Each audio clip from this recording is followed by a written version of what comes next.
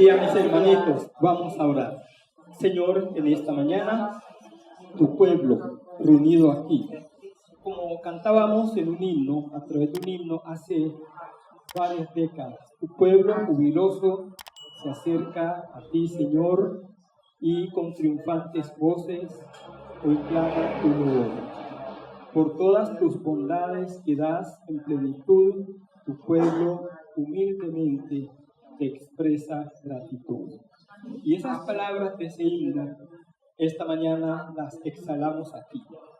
Recibe, Señor, la adoración que te hemos tributado y ahora prepara nuestros corazones para escuchar tu palabra. Bendecimos tu nombre. En Cristo Jesús. Amén. ¿Quién es el hombre? Y uno puede responder entre las muchas respuestas que hay a la antropología.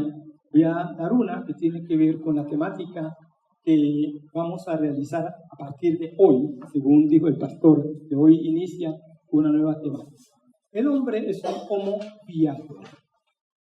Esa es una expresión que viene de un libro de un filósofo francés, Gabriel Marcel. Él escribió ese libro, Homo Viator, y esa expresión literalmente significa hombre viajero. El hombre es un transeúnte por el cosmos. Y permítanme, les digo algo para que nosotros reflexionemos bien nuestra vida. Yo voy a presentarles la escatología resumida en 5 minutos y luego les presento la temática que traje para hoy. La vida del ser humano, escuche bien y escúchelo muy bien. La vida de la raza humana, desde Adán hasta el último hombre que nazca en el planeta Tierra, desde Adán hasta ese último hombre, escúchelo bien. Es una micra, de micra, y siga con las micras del segundo. Lo que quiere decir que la vida suya, no importa que viva 500 años, la vida suya aquí es una micra y sigue las micras del segundo. Es como una brisna. Nuestra vida es extremadamente fugaz. Yo tengo 71 años, este año voy a cumplir 72 y me parece o un buen chiste o un mal chiste. Depende de cómo se vea. Porque mi infancia la tengo en mi espalda. Yo recuerdo mi infancia cuando yo era niño y eso era ayer. Y de ayer a hoy han pasado 71 años. Ese es un chiste que para mí es bueno y es malo a la vez. Es bueno porque yo amo la vida. Y en ese sentido es bueno, pero no es tan bueno porque la vida se me va rápidamente y no me estoy dando cuenta. Nuestra vida es fugaz. Ustedes jóvenes y bellos, inteligentes, con fuerza, eso se les va. Y se va rápido. Cuando vengan a darse cuenta, estarán diciendo tengo 75 u 80 años. Pero eso no es lo que yo quiero decirles. Simplemente hago esta reflexión para que entiendan que no consumamos en tonterías nuestra vida. Tenemos poco tiempo en la tierra, micras de segundos no más. Levantamos nuestra carpa y unas micras de segundos las levantamos porque nos fuimos a la eternidad. Ahora, permítanme ustedes en unos 5 o 6 minutos resumirles la escatología y luego entramos a la temática de hoy. ¿Cuándo surge la escatología? ¿Cuándo nace la escatología? La escatología nace simultáneamente con el gran fiat, con la creación del universo. Cuando Dios hace el cielo y la tierra, cuando Dios hace el universo, en ese momento nació la escatología. Porque cuando Dios crea tiempo, espacio, energía y materia, universo, cuando Dios crea esas dimensiones, les fija límites, le pone límite al espacio, límite al tiempo. Y entonces, a partir de ese momento cero, que se convierte en un momento cero y comienza a correr 1, 2, a partir de ese momento comienza la escatología. Así que la escatología corre simultáneamente rauda con la historia del universo y con la historia de ella misma. En la medida en que el universo va avanzando en el tiempo, la escatología va avanzando en el tiempo. Luego, después de unos, no sabemos cuántos siglos, hace su irrupción el ser humano en el tiempo, hace su irrupción dentro del tiempo que estaba corriendo y dentro de la escatología que ya estaba corriendo.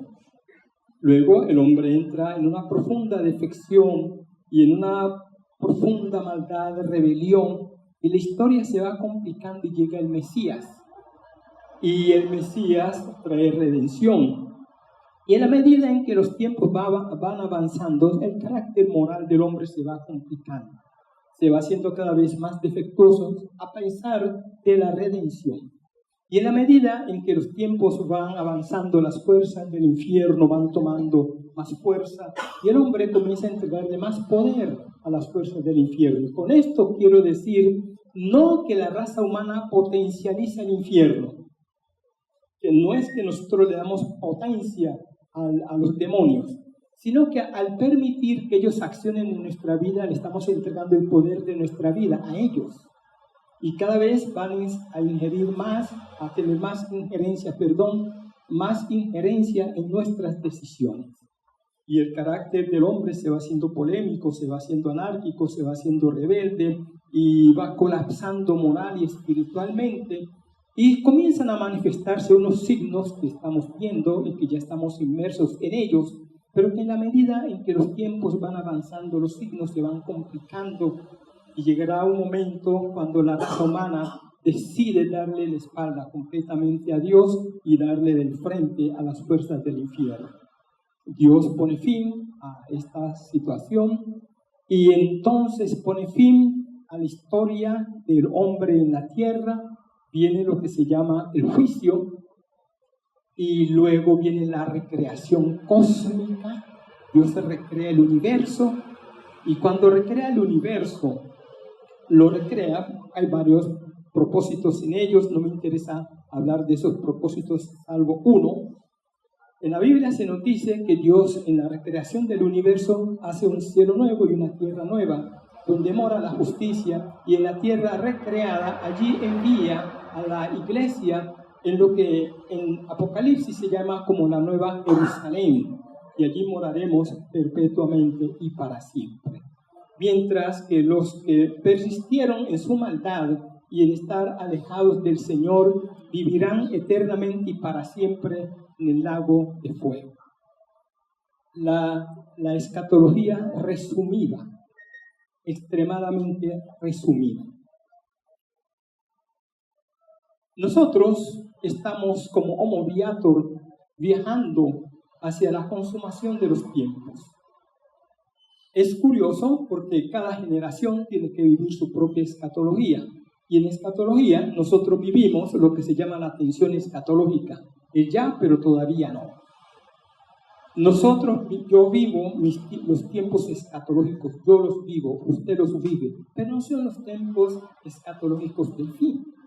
Pero cada uno de nosotros vive su propia escatología y vive su propio anticristo. Esta generación está viviendo su propio anticristo sin que sea el anticristo, porque cada generación tiene que vivir sus tiempos escatológicos. Por eso el ya y todavía no, el aquí y el ahora y el más allá. Y en la medida en que nosotros vamos avanzando en la historia, nos vamos acercando a lo que se ha denominado, y ese es el tema de hoy, la iglesia y los signos de los tiempos. Lo que pasa es que a mí se me entregó un tema que yo revisando el historial de lo que he predicado en la iglesia, ese tema lo prediqué en el 2023.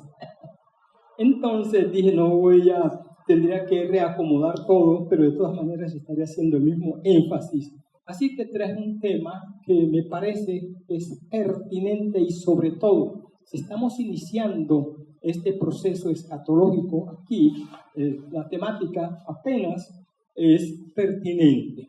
La iglesia y los signos de los tiempos. Como yo tengo aquí varios textos, no quiero distraerlo, así que sencillamente usted escuche la lectura. Son 3 textos que tengo. La iglesia y los signos de los tiempos.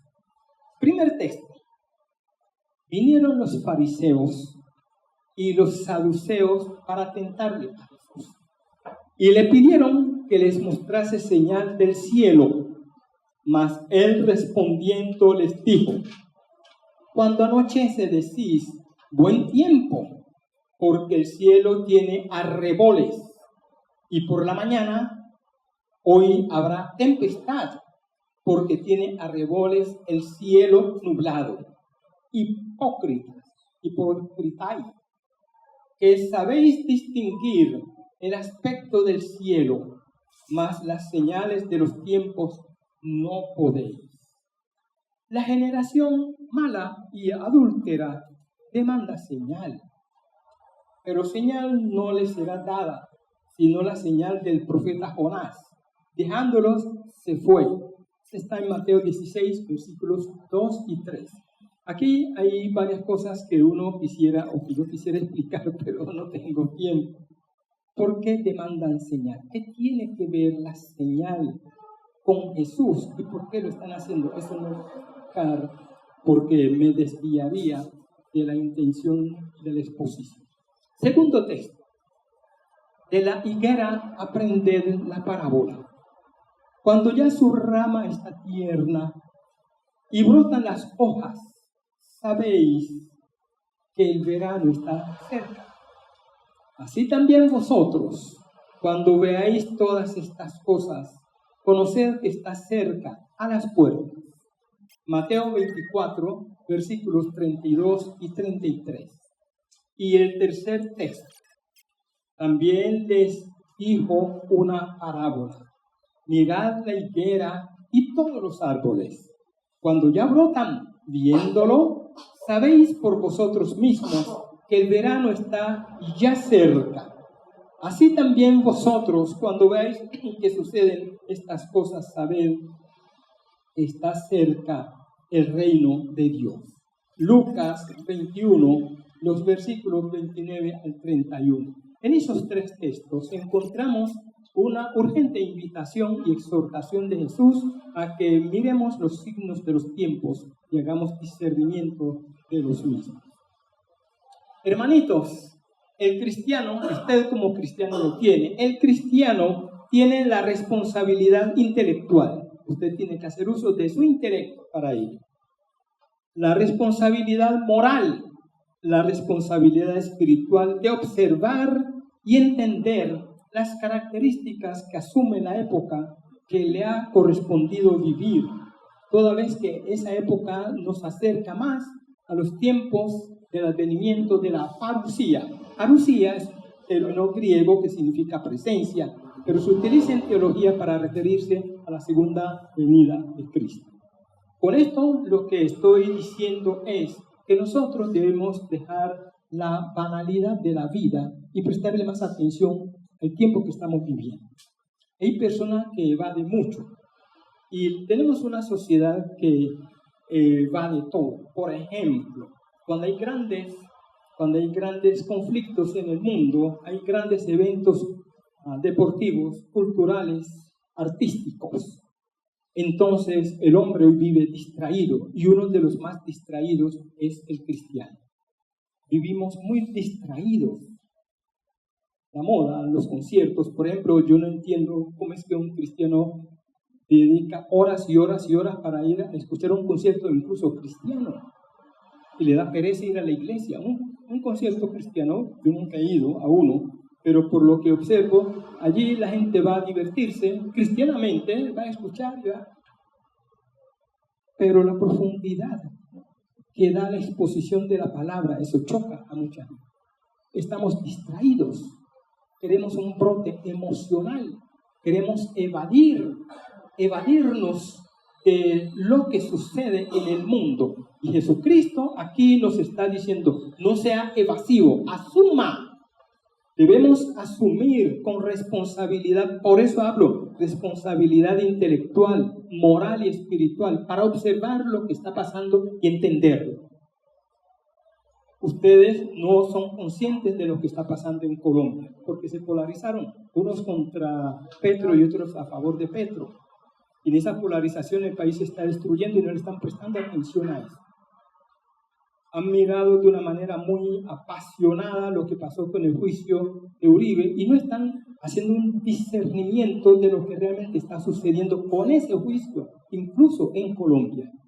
Tenemos que dejar la tontería, y eso es lo que significa la palabra estulticia, y tener más inteligencia, de preocuparnos más, dejar esas pasiones y preocuparnos más por lo que realmente está pasando en el mundo y en Colombia. Nos están destrozando y no nos damos cuenta que nos están destrozando. La fe suya está siendo destrozada y no se está dando cuenta que la están destrozando. Entonces Cristo nos dice a nosotros que prestemos atención a lo que pasa. Voy a seguir aquí. El tema, la iglesia y los signos de los tiempos, se hace necesario, pertinente y urgente debido a que debemos conocer las características de la época que nos ha correspondido vivir para comportarnos sabia y prudentemente en ella y para hacer contracultura.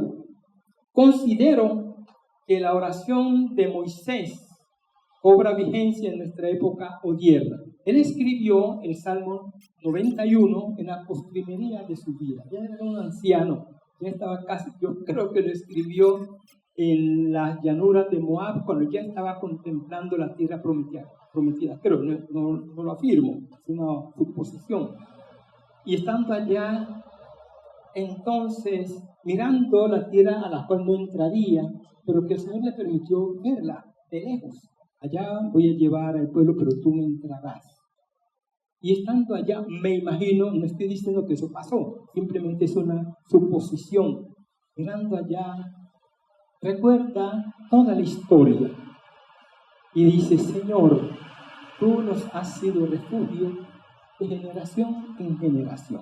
Usted sigue leyendo el Salmo, pero me interesa el versículo 12 para lo que estamos diciendo. En esa oración él dice al Señor, enséñanos de tal modo a contar nuestros días que traigamos al corazón sabiduría. En el día de hoy, bien podríamos orar esa plegaria de la siguiente manera. Enséñanos a comprender los tiempos que estamos viviendo para que vivamos sabiamente y podamos hacer contracultura cristiana. Cuando nosotros hablamos de los signos de los tiempos, estamos diciendo que la época contemporánea, cualquier época, pero como estamos viviendo en la época odierna, en la época contemporánea, esta época tiene unas características peculiares. Yo hice mi doctorado en filosofía política. Parte de mi responsabilidad es observar el mundo y analizar lo que está pasando a nivel mundial, y a nivel continental, y a nivel de país, a nivel de Colombia. Esa es mi responsabilidad y yo lo hago.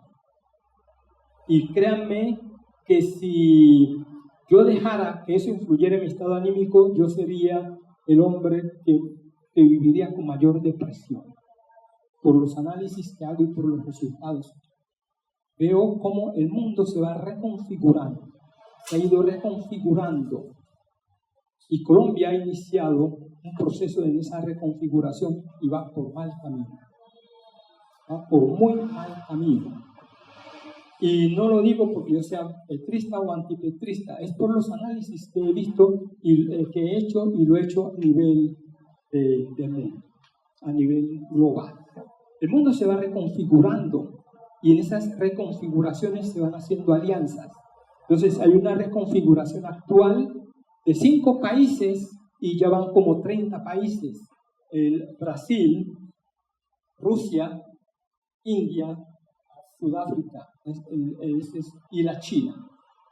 5 países que están formando un bloque hegemónico para hacerle contrapeso a Occidente, y ya van 30 países, y Venezuela pertenece a este, y Colombia pidió ingreso al BRICS. Y entonces el mundo se va reconfigurando. Eso tiene significado profundo, histórico, político, económico y escatológico. Para nosotros hacer esos análisis, el Señor nos ha dado a nosotros unas facultades que las vamos a ver como segundo punto. Unas facultades. Necesitamos hacer uso de esas facultades intelectivas para que entendamos lo que está pasando. Pero antes, permítanme, les digo lo que la Biblia habla acerca de tiempo. En la Biblia nosotros encontramos varias palabras para referirse a tiempo.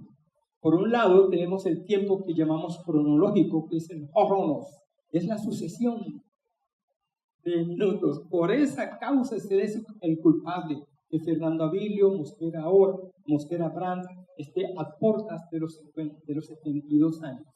Tiempo cronológico, porque es la sucesión temporal, es la forma como los acontecimientos se van ordenando, se van organizando y se van desarrollando en una frecuencia de tiempo. Y esto es necesario para el desarrollo de la historia y para el desarrollo de la raza humana. Hay también otro concepto bíblico del tiempo, y es la hora, que se refiere a fracciones. Cuando uno está haciendo ciertas cosas. Por ejemplo, en una tarde muy calurosa, usted va con un grupo de amigos a una heladería y se come un helado así de alto. Y usted se come ese helado y le dedica 10, 15, 20 minutos.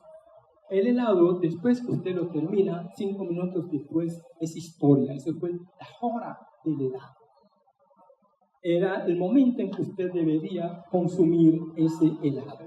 También tenemos la palabra gemera. La palabra gemera se refiere a era o a una época.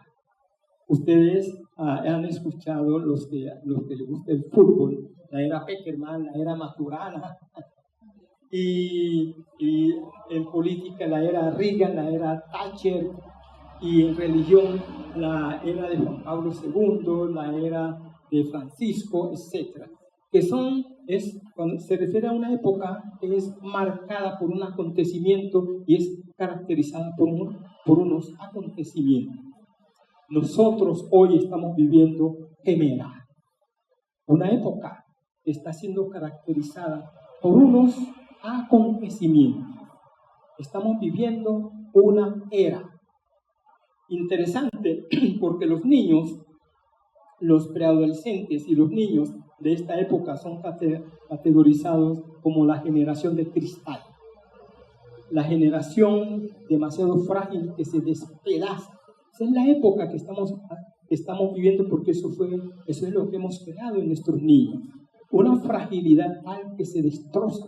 Por eso hay mucho suicidio infantil. Es la época que estamos viviendo, esa es la gemera. El ayón tiene que ver con periodo, era, orden de cosas, orden del mundo, ocasiones, y también se refiere a eternidad. Y se refiere también al mundo venidero. Así que tenemos esos tipos de tiempos. También tenemos el kairos, que es el tiempo en que Dios ha determinado que las cosas ocurran. Las cosas no ocurren cuando usted cree que deben ocurrir. Dios fija tiempo, le fija tiempo, y Dios fija ocasiones para que las cosas ocurran. Y créanme que la época que estamos viviendo, Dios ha fijado este kairos. Es el tiempo en que Dios dijo, estos acontecimientos van a ocurrir. Vendrá otro kairos, este kairos pasará y vendrá otro kairos cuando ya mi generación no esté, y esté como adulta la generación de mis nietos. Ahí vendrá otro kairos donde van a ocurrir cosas que yo no alcanzo a ver, no alcanzaré a ver, pero serán terribles con relación a la terribilidad de la época en que yo estoy viviendo. Y ya viene también el eschatos, o eschatos, que es el tiempo escatológico. Todos nosotros estamos en el escatón, y el escatón comienza con esa música que estamos escuchando allí. El escatón comienza desde el momento de la creación. Comenzamos a caminar escatológicamente hasta el tiempo de la consumación de la historia. Esas son, y aquí estoy resumiendo por cuestión de tiempo, esas son algunas de las concepciones de tiempo que tiene la Biblia. Dios nos ha dado a nosotros, y el segundo punto son las facultades intelectivas requeridas para discernir los signos de los tiempos. Hermanitos, los conductores sabemos que hay conductores, que hay personas que no tienen sentido común. Hermanitos medellinenses, yo no los entiendo, porque si hay un andén, ustedes caminan por la calle. Y eso es un problema para el que va conduciendo. Miren, hay un carro aquí, hay un carro aquí. En este lado hay un carro, en este lado hay un carro. Aquí hay un andén y usted se mete.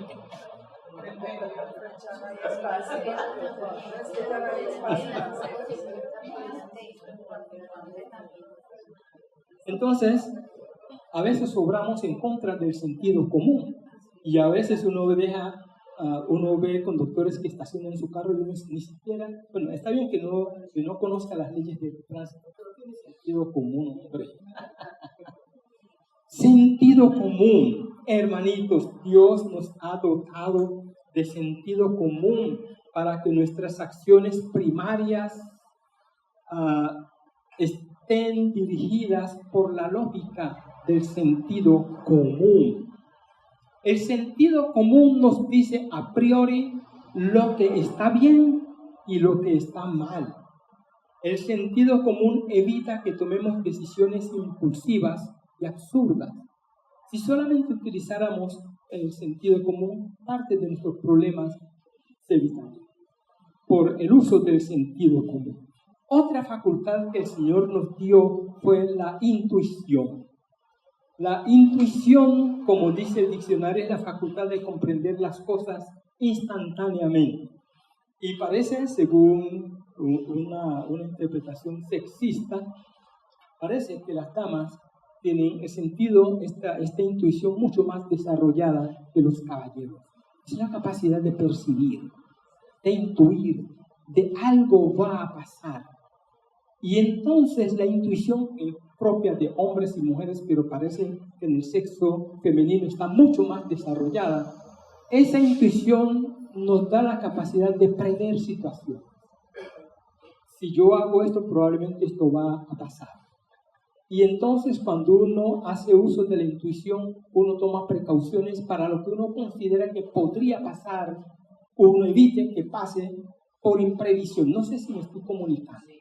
Pero la intuición es importante, es un regalo de Dios al espíritu humano. No solamente el sentido común, sino la intuición es esa capacidad de presentir, de ver que algo podría ocurrir.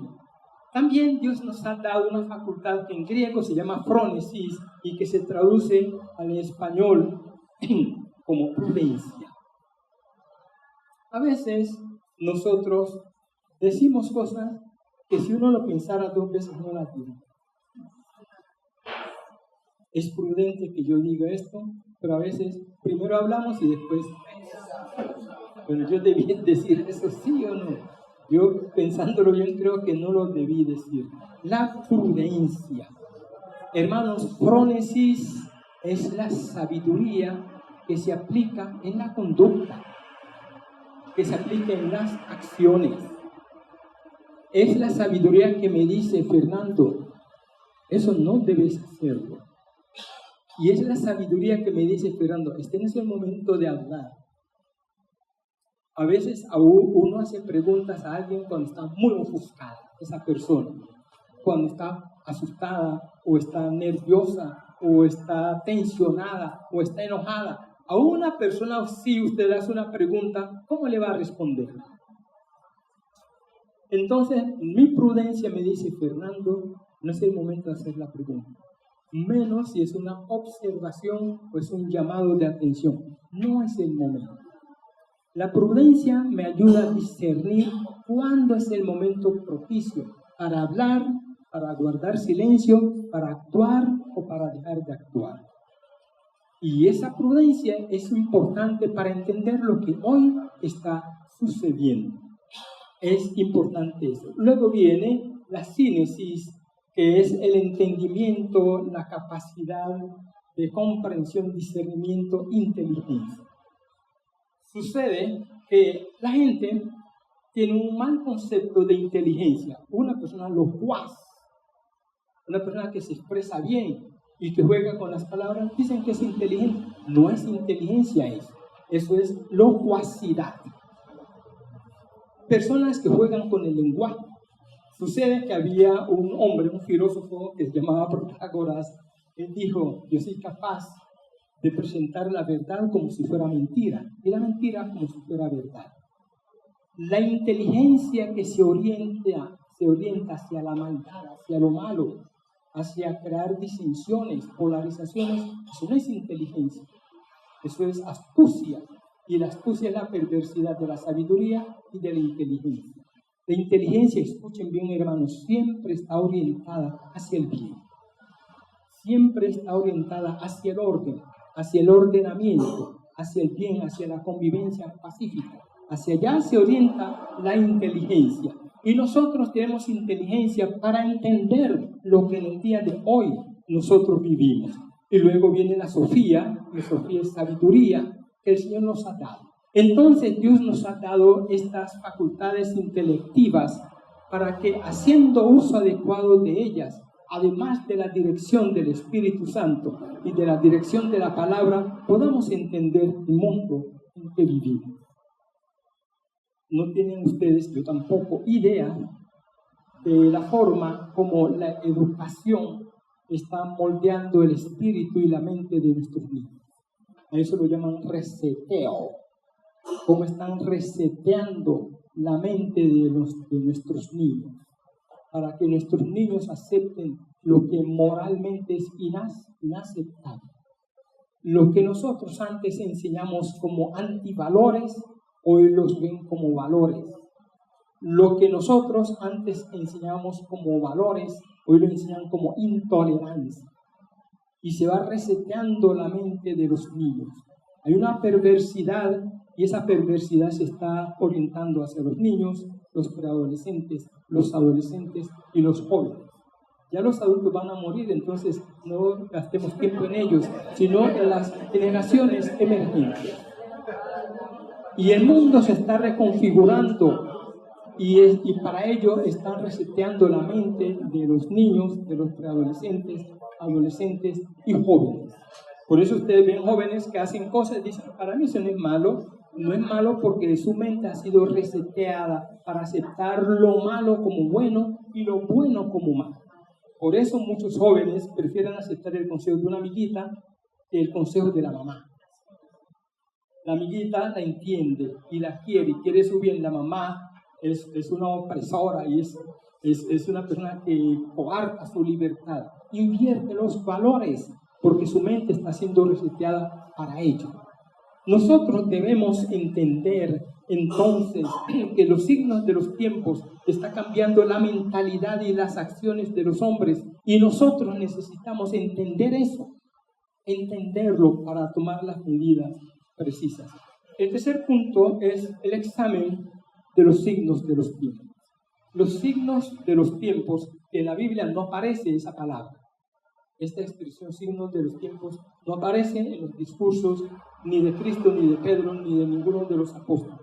Con estos signos de los tiempos queremos decir señales que sí aparecen en la Biblia, señales que están manifestando la época contemporánea y que están pasando desapercibidas, pero que la Biblia nos dice que sí esas señales van a ocurrir y que el lector de la Biblia sabe que eso que aparece desapercibido y que aparece como normal es anormal y que la Biblia dice que eso va a pasar.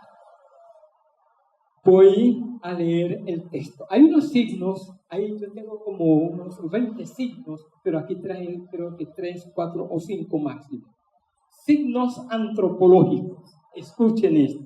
También debes saber esto, que en los postreros días vendrán tiempos peligrosos, porque habrá hombres amadores de sí mismos, avaros, vanagloriosos, soberbios, blasfemos, desobedientes a los padres, ingratos, impíos, sin afecto natural, implacables. A mí el que me la hacen, me las paga. Implacabilidad es eso. Calumniadores, intemperantes, crueles, aborrecedores de lo bueno, traidores, impetuosos, infatuados, amadores de los deleites más que de Dios, que tendrán apariencia de piedad, pero negarán la eficacia de ella.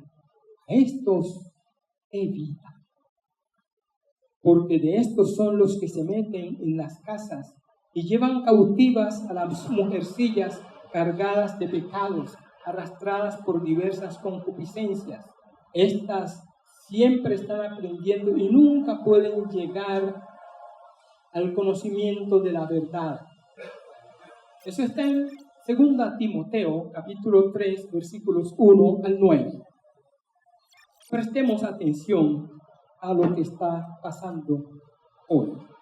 En el siglo XXI estamos siendo testigos del desarrollo de lo que yo denomino antinomias antropológicas.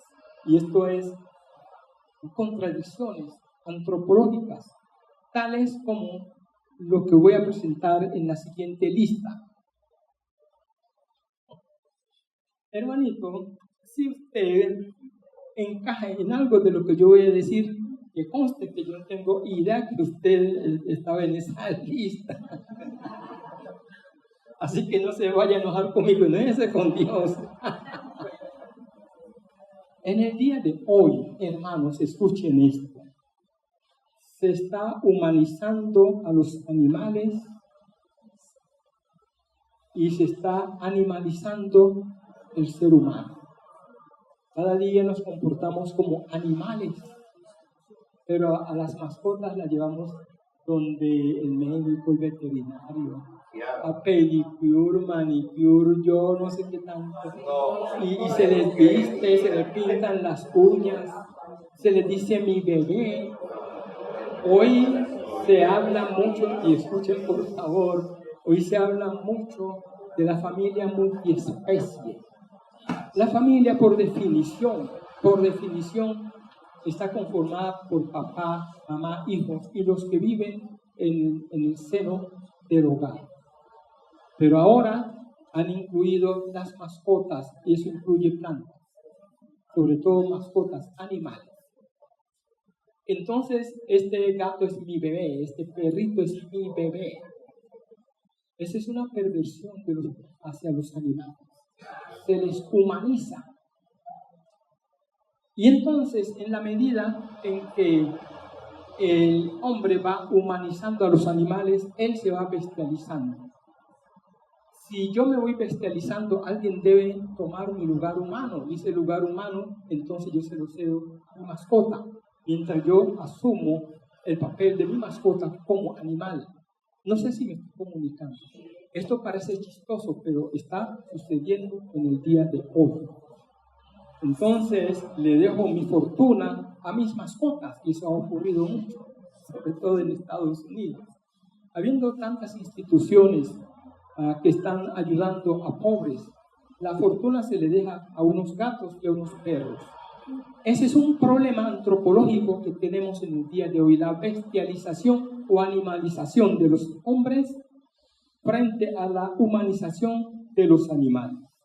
Por otra parte, otro problema antropológico que vivimos hoy es la masificación, cosificación de unos frente al individualismo radical posesivo. Y con esto lo que quiero decir es que se presenta una especie de choque. El otro es útil para. Y yo no sé si usted tiene la experiencia pero puede ser que a usted siempre alguien lo llame solamente cuando necesite de usted. Nunca, ¿cómo está usted? ¿Cómo su familia? Quiero visitarlo, quiero saber cómo va, qué puedo hacer por usted. Se le llama cuando se necesita. Usted tiene un valor de cosa para el otro. Es un amigo útil para el otro.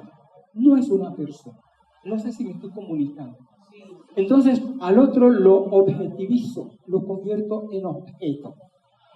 Y esto también sucede con la mujer. Los hombres objetivamos a la mujer, es una cosa bonita para el placer nomás. Se le utiliza y se le desecha. También algunas mujeres hacen lo mismo con los hombres. La cosificación. Los gobiernos nos masifican y los individuos nos cosificamos. Entonces, ¿qué hace el individuo para protegerse de la masificación y de la cosificación? Se enconcha en sí mismo. Incurvatur in se, lo dicen en latín, se vuelve hacia adentro. Y a eso se le llama individualismo radical posesivo. Primero yo, segundo yo, tercero yo. De manera que hay dos extremos. El hombre objeto y el hombre individualista. Cuando el hombre es un ser gregario, altruista, que vive en comunidad, defiende su individualidad, pero también defiende su condición gregaria. Condición gregaria es la condición social del ser humano, que vive en sociedad, que es útil para la sociedad, pero la sociedad también es útil para él. Así nos creó Dios, pero el ser humano polarizó al ser humano. El hombre se quedó sin alteridad sin el otro, porque el otro se convirtió en cosa. Y otro asunto que hay, y ustedes jóvenes, a ustedes los voy a... ¿Alguien tiene un celular allí? No puede prestar experticia, porque yo no sé cómo hacen para escribir así.